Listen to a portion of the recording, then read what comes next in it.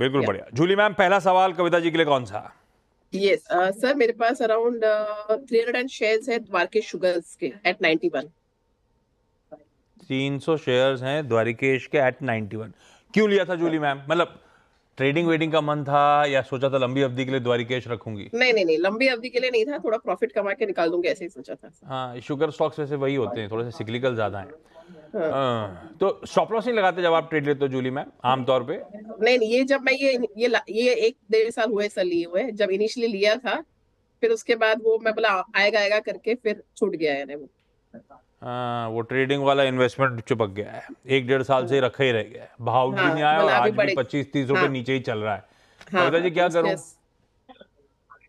या Ashish ji, so as you rightly said, sugar counters आप देखिए सिक्लिकल इन नेचर होते हैं। एज ऑफ नाउ अगर इसे देखें तो ये कंसोलिडेशन में है काउंटर।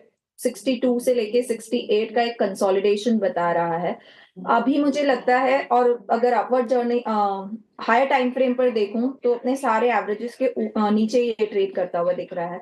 मुझे लगता है एक स्ट्रिक्ट स्टॉप लॉस आपको मेंटेन करना चाहिए। 62 का आप स्टॉप लॉस मेंटेन करें अपनी पोजिशनिंग में। कोई भी एक अपसाइड मूव अगर आएगा तो 66 के ऊपर आएगा, तो स्ट्रिक्ट स्टॉप लॉस मेंटेन करें 62 का अपनी पोजीशन पर।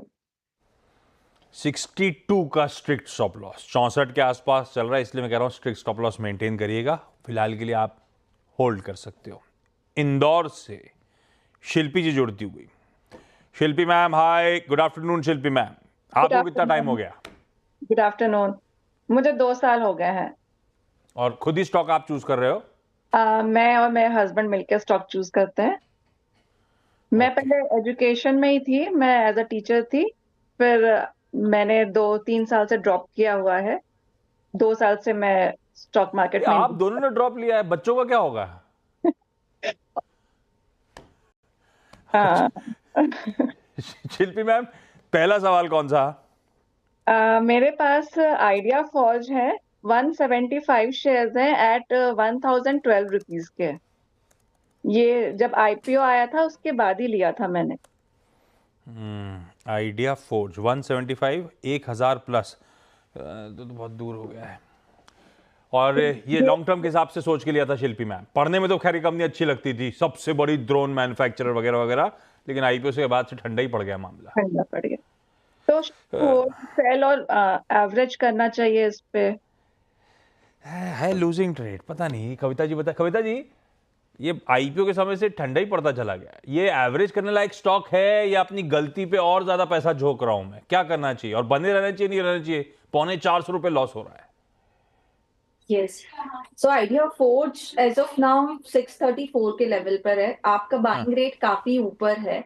मुझे लगता है एवरेजिंग तो इस काउंटर पर आप नहीं करें इन केस, क्योंकि मुझे अभी किसी भी टाइम फ्रेम पर इसमें कोई स्ट्रेंथ नजर नहीं आ रहा है इस काउंटर पर। और ये शायद तब बढ़े जब इसी के पीयर ग्रुप में कोई और कंपनी अपने आईपीओज लेकर आया, समथिंग लाइक स्टोरी पर ये अभी बढ़ सकता है। एज ऑफ नाउ मुझे लगता है 610 का आप इस पर स्टॉप लॉस मेंटेन करें, क्योंकि एक divergence I am looking at this particular counter जो इसको एक छोटा मोटा मूव अपसाइड दे सकता है, उस पर आप इस काउंटर से निकल सकते हैं।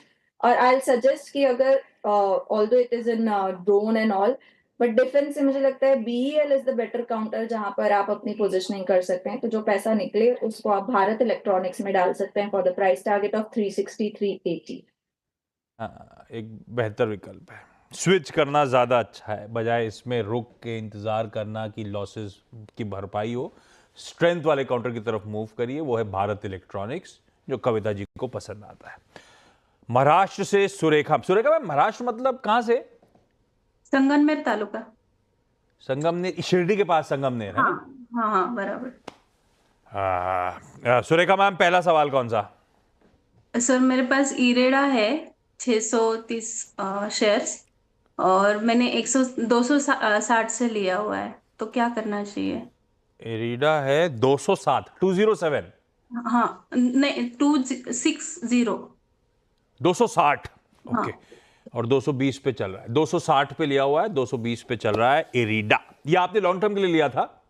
नहीं, एक्चुअली शॉर्ट टर्म के लिए ही लिया था, जब रैली चल रही थी 350 तक गया था ना वो तब, लेकिन वो उसके बाद गिरता ही चला गया। अब तो फिर भी ठीक हुआ है थोड़ा सा, बीच में तो और भी गिरा हुआ था। हाँ, वन हाँ। सॉरी 188 तक गया था शायद। हाँ गिर गया, ये रटा हुआ है आपको, एकदम ट्रैक कर रहे हो आप।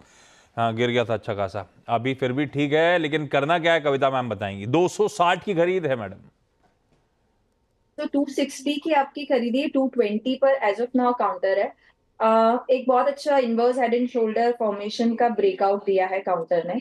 तो मुझे लगता है अंटिल ये काउंटर 209 के ऊपर मेंटेन है, आप अपनी पोजिशनिंग रख सकते हैं। जो प्रोजेक्टेड टारगेट आ रहे हैं वो आता है around 250 260 as of now for the short term.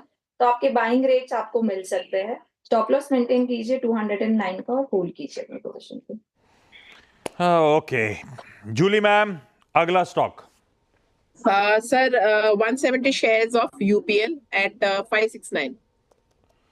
UPL 569 Yes, आपकी sir. बाइंग के आसपास है, लॉन्ग टर्म के लिए लिया है मैम? हाँ लॉन्ग टर्म के लिए लिया था, लेकिन कब से वो भी नियरली 1 साल से अटका हुआ है सर। एक साल से वो अटका आ हुआ, रहा हाँ, है, ये वो बताइए। जा रहा है, वो आ हाँ रहा है, जा रहा है, नीचे ऐसे ही। चला गया था, वापस वहीं आ गया, ये सच कह रहे हाँ हो, हाँ ठीक है। हाँ। कविता जी क्या लग रहा है, यूपीएल खरीदे हुए टाइम हो गया है, ऊपर नीचे सब देख लिया, अभी भाव टू भाव खड़ा हुआ है, ऑलमोस्ट भाव टू भाव खड़ा हुआ है, क्या करना चाहिए? लंबी अवधि के लिए अच्छा स्टॉक है कि नहीं? सी यूपीएल को अगर आप इसका मूव देखें तो प्रीवियसली ये 510 से लेके 580 के बीच में काफी टाइम से ब्रॉड एक साइडवेज रेंज क्रिएट कर रहा है, और हम खड़े हैं 569 हमारी बाइंग है। सो बोथ साइड मूव्स हमें इस काउंटर में बनते हुए दिख सकते हैं। अंटिल ये 580 के ऊपर नहीं निकलेगा, इसमें एक अच्छा स्ट्रेंथ नहीं आते हुए दिखेगा। बट एज अगर इस काउंटर को आपने लॉन्ग टर्म पर्सपेक्टिव से लिया है तो मुझे लगता है नीचे में ऐसे आप एवरेज कर सकते हैं। इन केस ये काउंटर आपको 530 520 के लेवल जो कि इसके सपोर्ट जोन है वहां पर अगर मिलता है तो वहां एवरेजिंग कीजिए। अदरवाइज अभी मुझे लगता है होल्ड करना चाहिए, एक साइडवेज रेंज में है, 580 क्रॉस होगा तो अच्छे मूव बनते हुए दिख सकते हैं। You should make stop loss of 500 on the position and try to average out around 520 530. 525 पे एवरेज करा जा सकता है, 580 एक बार पार होगा तो बहुत बढ़िया मीनिंगफुल अपसाइड्स इस स्टॉक के शायद खुलते हुए नजर आए। सुरेखा मैम, अगला सवाल। IRFC है 70 शेयर से, और 153 मतलब 153 से मैंने खरीदी किया हुआ है। और ये लंबी अवधि वाला मामला है कि ट्रेडिंग वाला मामला है? वैसे तो शॉर्ट टर्म के लिए ही, लेकिन अभी 6 महीने हो गए, उसमें भी मैं रुकी हूँ अभी। फिर आप स्टॉक कैसे चुनते हो शॉर्ट टर्म के? ऐसे ही कुछ भी कि कुछ चार्ट वार्ट स्टडी करते हो? नहीं, एक्चुअली गवर्नमेंट के न्यूज के ऊपर अभी जैसे कोई खबर आई थी इस पे? IRFC, हाँ। तो वो उस खबर पे चला नहीं, मतलब फिर निकाला नहीं, रखे रहे? हाँ, क्योंकि अभी इस साल तो पूरा क्रैश ही हुआ है ना मार्केट। आई थिंक मार्च के बाद तो पूरा डाउन ही है। तो 8 महीने, 8 से 10 महीने से तो हम रुके हुए ही है, लॉस में होल्ड किए हुए। एक्चुअली हमारा एंट्री पॉइंट ही गलत हुआ शायद। खुद ही अपना डिफेंस भी रख दिया। खैर ठीक है कविता जी, क्या करा जाए भाई। ये सब आउट ऑफ सिलेबस पूछ रहा आप? सुरेखा मैम के सवाल मेरे पास कुछ और लिखे हैं, सुरेखा मैम सब आउट ऑफ सिलेबस रही हैं। आउट ऑफ सिलेबस से क्या होता है, हम अपने स्टॉक जो आप लोग भेजते हो एक्सपोर्ट्स को भेजते हैं, थोड़ा सा वो फिर और इन डेप्थ स्टडी करके रखते हैं, तो और अच्छे आंसर्स आपके लिए प्रेजेंट कर सकते हैं। आउट ऑफ सिलेबस आता है ना तो इंस्टेंटली उनको देखना पड़ता है। खैर फिर भी कविता जी IRFC देख दीजिए प्लीज। सो IRFC मैम की बाइंग रेट एक बार रिपीट करेंगे आशीष जी? 153। IRFC का 163। 163। ओके, नहीं कुछ और है। नाउ इस काउंटर पर एक मिनट कविता जी, एक मिनट, कुछ और है शायद। मैम बोलो आपका भाव। 153। 153 Kavita ji.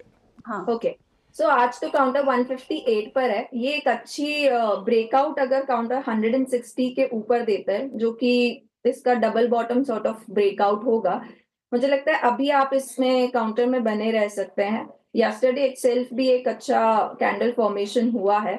Stop loss maintain करें 153 आपके बाइंग रेट का ही, आप एक स्टॉप लॉस मेंटेन करें और अपनी पोजीशन को एज ऑफ नाउ होल्ड कीजिए। मुझे लगता है 20 रुपए का मूवमेंट इस काउंटर पर आता हुआ दिख सकता है, 160 के ऊपर निकलता है, बट टाइम लगेगा इसे। थोड़ा सा आपको होल्ड और पेशेंस रखना होगा इसका पर्टिकुलर काउंटर में। तो maintain stop loss of your cost. Kavita ji वो देखी क्या, क्या नाम है, पुष्पा। पुष्पा 2 देखी क्या? नहीं, next week like Saturday Sunday, coming Saturday Sunday, अभी बच्चे के एग्जाम्स चल रहे हैं। अच्छा जूली मैम, अगला सवाल। Sir 100 shares of Utkarsh at 52। आपने देख ली क्या पुष्पा? नहीं नहीं सर, मेरे भी बेटे के एग्जाम्स चल रहे हैं। 550 करोड़ रुपए जुटा ली, यहाँ पे किसी ने देखी नहीं है। जूली मैम का सवाल है, उत्कर्ष स्मॉल फाइनेंस बैंक 52 की खरीद 100 शेयर्स हैं।